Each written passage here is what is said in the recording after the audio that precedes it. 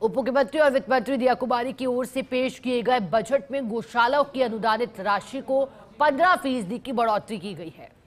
अब प्रति पशु 50 रुपए प्रतिदिन अनुदान हो गया है। गोपालन और पशुपालन मंत्री जोराम कुमावत ने कहा कि पशुपालकों के लिए बजट में महत्वपूर्ण घोषणाएं की हैं। गोमाता के साथ नंदी की सुरक्षा के लिए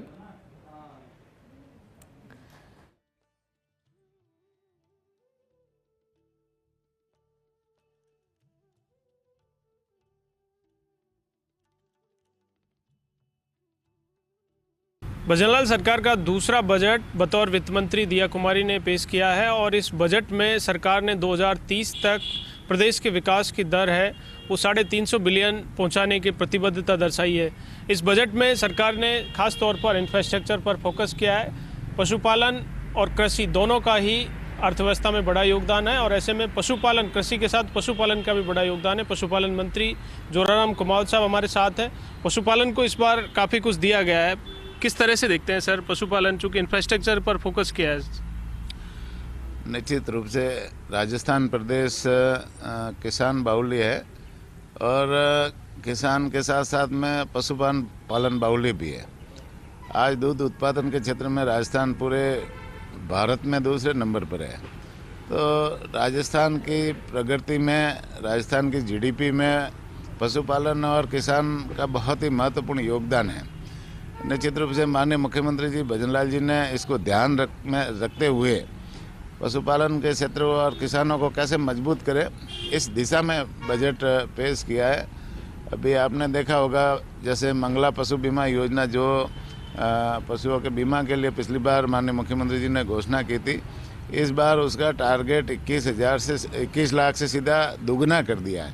तो दुगना पशुओं का बीमा होगा तो कोई भी तरह से, चाहे वो कोई बीमारी से, एक्सीडेंट से या अन्य कारण से किसी पशु की मौत हो जाए तो पशुपालकों को बीमा क्लेम मिलेगा, जिससे उसको पशुपालकों को आर्थिक रूप से संबल भी मिलेगा।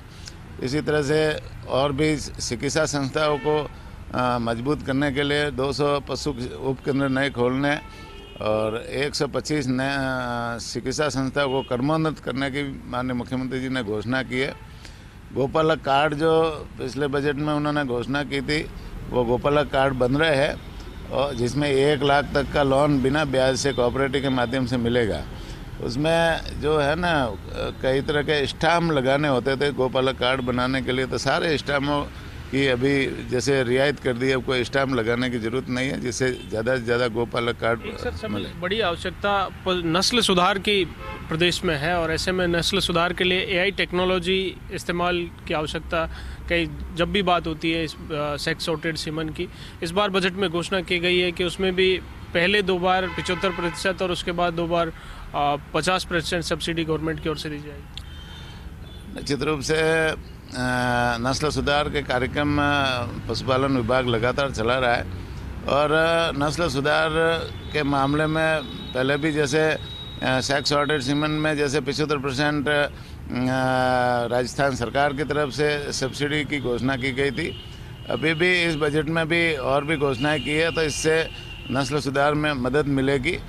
और अभी जैसे जो बेसहारा जो पशु है, नंदी है, वो उनका उपयोग नहीं हो रहा है, तो उनके उपयोग के लिए माननीय मुख्यमंत्री जी ने ये घोषणा की है कि जो बैलों से खेती करेगा उसे 30,000 रुपये का अनुदान उस परिवार को मिलेगा। गोपालन मंत्री जोराम कुमावत जो बता रहे हैं कि किस तरह से बजट में गौशालाओं के अनुदान के साथ किस तरह से नंदी की सुरक्षा हो सकती है, इसके लिए भी सरकार ने कदम उठाए हैं और नंदी के जरिए खेती करने वाले परिवारों को भी इस बार सहायता राशि मुहैया कराई जाएगी। कैमरा पर्सन विनोद के साथ Dinesh Kasana, first India news, Jaipur.